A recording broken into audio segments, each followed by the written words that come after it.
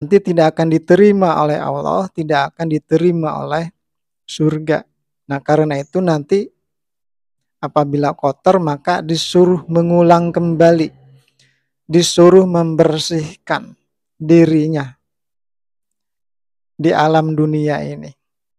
Apabila nanti dia tidak mampu sekali membersihkan diri dan terus akan diulang, terus akan diulang. Kita tidak tahu akan berapa kali mengulang, membersihkan dirinya itu. Nah, inilah yang disebut dengan evolusi kesadaran. Artinya perjalanan panjang, proses panjang di dalam mencapai kesadaran yang murni.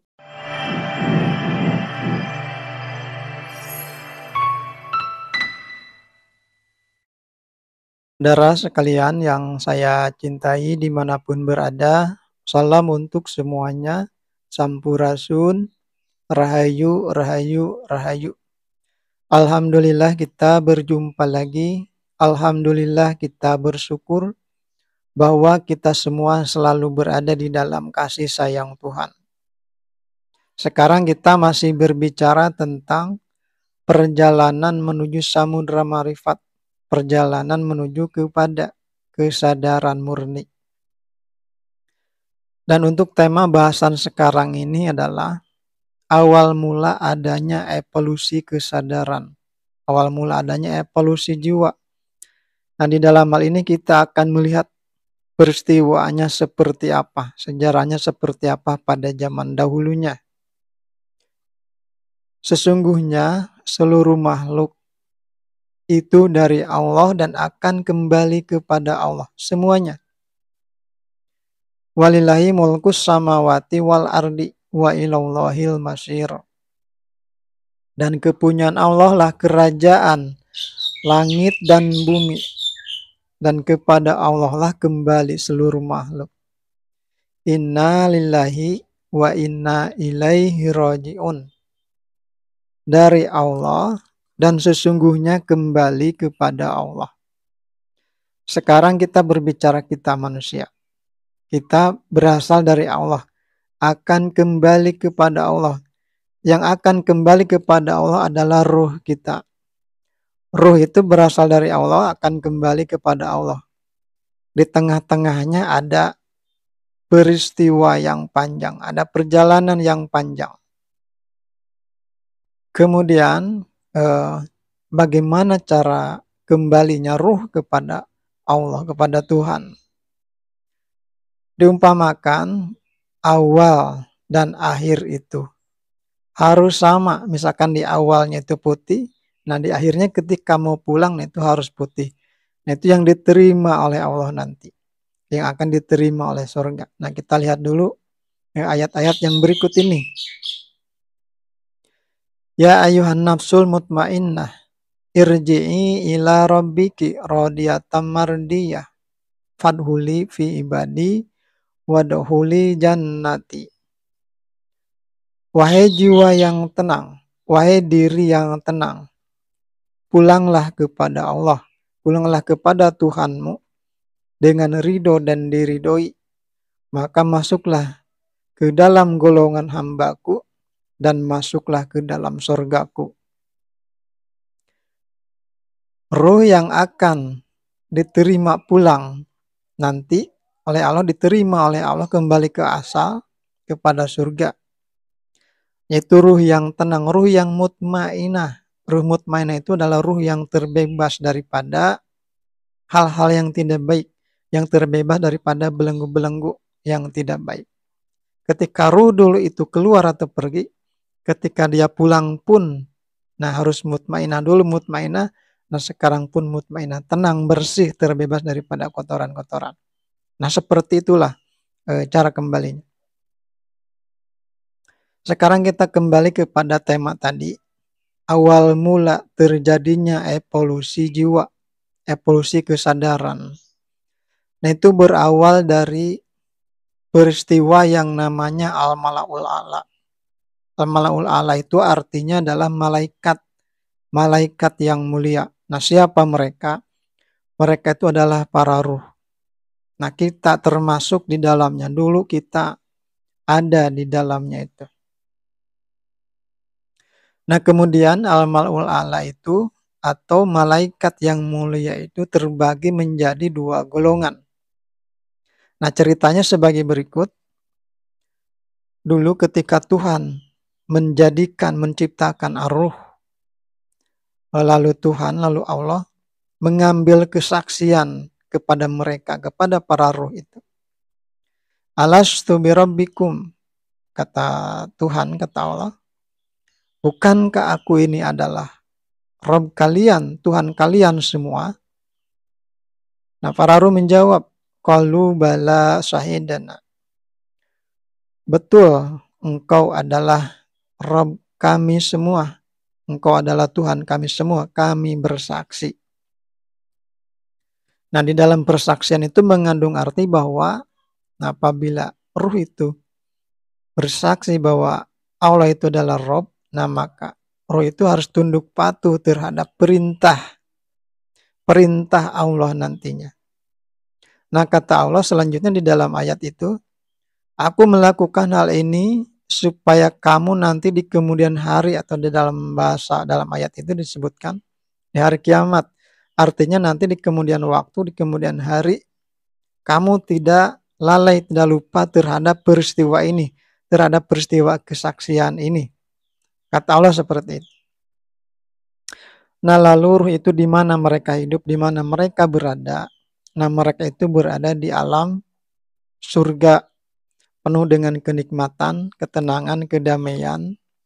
Tidak ada unsur-unsur neraka di sana, tidak ada unsur-unsur penderitaan. Nah, kemudian apa yang dilakukan oleh para ruh pada saat itu? Nah, mereka selalu bertasbih, memuji, mensucikan Allah. Sebagaimana yang diutarakan oleh mereka, wa nahnu nusabbihu bihamdika wa nuqaddisu laka. Dan kami senantiasa dan kami selalu bertasbih, memuji, mensucikanmu, wahai Tuhanku. Nah, begitulah kata para ruh pada waktu itu. Nah, dengan cara seperti itulah para ruh itu mencapai kepada level al-mala'ul a'la atau malaikat-malaikat yang mulia. Nah, seperti itu mencapai kepada level yang mulia atau al-mala'ul a'la. Nah, kita sekarang tinggalkan sejenak al-mala'ul a'la. Kita lihat dulu peristiwa yang terjadi sebelum itu peristiwa ketika Tuhan menciptakan alam semesta dengan kun fayakunnya. Jadi Tuhan di dalam rencananya itu akan menciptakan wakil atau khalifah nanti di bumi, yaitu Basaron yang disebut dengan Adam. Nah, kita kembali lagi kepada al-mala'ul a'la tadi. Nah, selanjutnya rencana Allah, rencana Tuhan itu dikemukakan, dikatakan kepada para malaikat itu. Nah, kepada kita semua di sana dulu. Nah, kita di situ dikatakan oleh Tuhan. Kata Tuhan seperti berikut ini. Wahai malaikat, aku akan menciptakan, aku akan menjadikan khalifah fil ardi, atau khalifah di bumi, atau wakil aku di bumi, kata Tuhan. Nah, para ruh kan bertanya, apa itu khalifah, seperti apa? Khalifah itu adalah, wakilku itu adalah Basaron, kata Allah, kata Tuhan. Nah, Basaron itu adalah tubuh fisik yang nanti dikenal dengan Adam. Nah, Tuhan pun menjelaskan bagaimana peristiwa prosesnya nanti menciptakan, menjadikan tubuh fisik itu atau Basaron itu. Diceritakan juga tubuh, daging, tulang, organ tubuhnya, darahnya, dan lain sebagainya. Nah, makanya di situ malaikat itu mengatakan, kenapa engkau ciptakan khalifah atau Basaron atau Adam nanti akan menumpahkan darah, saling menumpahkan darah. Nah, karena itu tadi malaikat mendengar penjelasan daripada Allah, daripada Tuhan. Dijelaskan juga selanjutnya bahwa Basaron itu, fisik itu, Adam itu mempunyai kebutuhan, keinginan, dan lain-lainnya, dan bagaimana cara memenuhi kebutuhannya. Dijelaskan juga bagaimana cara berkembang biaknya, cara reproduksinya bagaimana. Sudah jelas semuanya. Para malaikat sangat mengerti. Jelas sekali apa yang diutarakan oleh Tuhan, oleh Allah. Nah selanjutnya Allah berfirman, maka sujudlah kamu kepada Adam. Nah sujud di situ bukan disuruh sujud seperti orang sujud di dalam sholat, bukan. Jadi kata Tuhan ketika sudah selesai atau sempurna penciptaan basaron tadi, atau tubuh fisik atau Adam itu, nah maka kalian nanti masuk ke tubuh itu dan kalian hidup di bumi bersama tubuh itu. Sanggup atau tidak? Nah kata Tuhan. Nah malaikat itu, para malaikat itu atau al-malaul a'la itu menjadi dua golongan pada waktu itu. Nah kita di situ ada. Ada yang mau sujud, artinya ada yang mau masuk ke tubuh Adam, hidup di alam dunia ini. Itu malaikat namanya. Dan ada juga yang menolak. Itu nanti Tuhan sebut atau Allah sebut dengan iblis. Nah seperti itu. Nah kemudian Allah mengatakan kepada malaikat yang sujud atau yang mau masuk kepada tubuh tadi, nah kalian nanti akan hidup di bumi seperti setelah saya jelaskan tadi. Dan kalian hidup nanti tahap demi tahap, kejadian demi kejadian di bumi itu sampai waktu yang telah aku tentukan, kata Tuhan. Dan disitulah nanti kamu waktunya pulang ke tempat asal, yaitu ke sini, ke surga ini. Jadi para malaikat sangat mengerti. Nah kemudian tadi yang menolak tadi, nah Allah berkata kepada mereka yang menolak, wahai para malaikat yang menolak, kalian sudah menolak perintahku, padahal kalian dulu sudah bersaksi bahwa aku ini adalah Rabb kalian. Nah kenapa kalian sekarang menolak?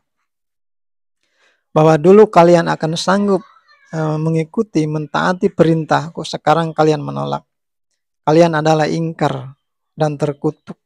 Kalian adalah ar-rajim, kalian adalah terkutuk. Nah kata Allah. Nah kata malaikat-malaikat itu, tidaklah mengapa aku menjadi terkutuk, tetapi aku, kata iblis, kata malaikat itu, ada 4 permintaan kepadamu wahai Allah. Kemudian permintaan iblis itu, malaikat yang ingkar itu, diijabah, dikabulkan oleh Allah. Sehingga pada akhirnya menyebabkan si iblis itu juga sama-sama masuk, diizinkan oleh Tuhan ke tubuhnya itu, ke tubuh fisik tadi. Kepada basaron, kepada Adam itu. Jadi pada akhirnya malaikat dan iblis itu sama-sama masuk ke tubuh Adam atau tubuh manusia. Nah kita sebut manusia saja. Nah yang satu ini yang malaikat, dia mempertahankan, berjuang mempertahankan kemurniannya untuk pulang nanti ke tempat asal, yaitu ke surga. Berjuang mempertahankan kesadarannya, jati dirinya untuk pulang ke surga nanti, pulang kepada Allah.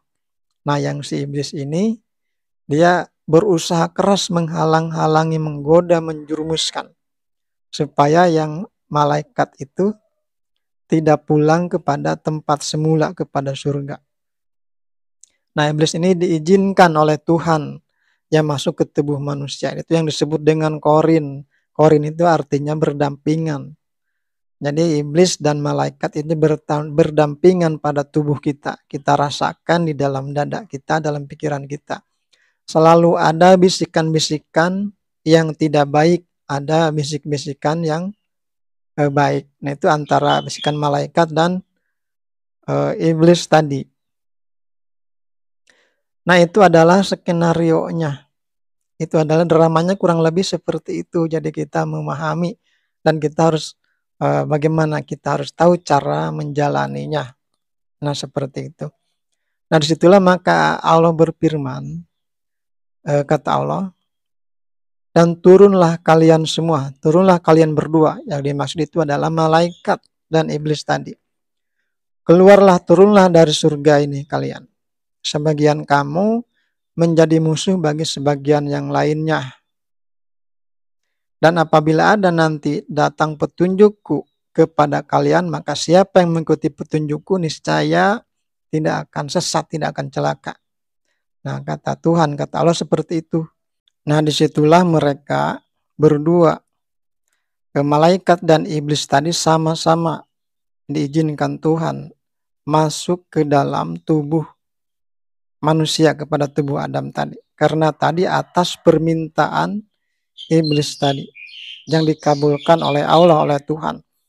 Dan di dalam tubuh itulah hidup di alam dunia ini, hidup iblis dan malaikat pada tubuh manusia. Disitulah terjadi perjuangan, terjadi peperangan antara nafsu yang baik dengan nafsu yang tidak baik, antara malaikat dengan iblis di dalam tubuh kita. Apabila nafsu yang baik ini, malaikat ini mampu mengalahkan si iblis atau nafsu yang tidak baik, nah maka dia adalah nanti akan menjadi nafsu mutmainah. Dia akan kembali kepada asalnya, kepada surga, kembali kepada Tuhan. Kemudian apabila malaikat itu, apabila nafsu yang baik itu tidak mampu mengalahkan, nafsu yang tidak baik artinya mengikuti bisikan-bisikan yang tidak baik, nah berarti itu mengikuti perbuatan-perbuatan atau melakukan perbuatan-perbuatan yang tidak baik. Nah berarti nanti dia akan pulang kepada Allah dalam keadaan kotor, dalam keadaan tidak tenang, dalam keadaan tidak mutmainah.